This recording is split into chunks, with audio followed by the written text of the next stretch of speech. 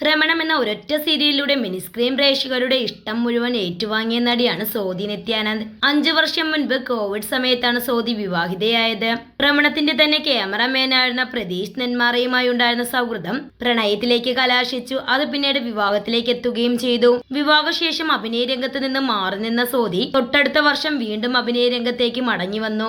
ഇപ്പോഴത്തെ സോദിയുടെ 2ാം വിവാഹ വാർത്തയാണ് സോഷ്യൽ മീഡിയയിൽ നിറയുന്നത്. സീരിയൽ ക്യാമറമാനായ വിഷ്ണു സന്തോഷിനൊപ്പം ഗുരുവായൂർ ക്ഷേത്രത്തിൽ നിന്നുള്ള ചിത്രം പങ്കുവച്ചതോടുകൂടിയാണ് നടി വീണ്ടും വിവാഹിതയായോ എന്ന സംശയം ആരാധകർക്കുണ്ടായത്. നെറുകയിൽ സിന്ദൂരം ചാർത്തി വിഷ്ണുവിനോട് ചേർന്ന് നിന്നുള്ള ചിത്രത്തിന് അനുഗ്രഹീതരായി എന്ന ക്യാപ്ഷനും സോദി നൽകിയിട്ടുണ്ട്.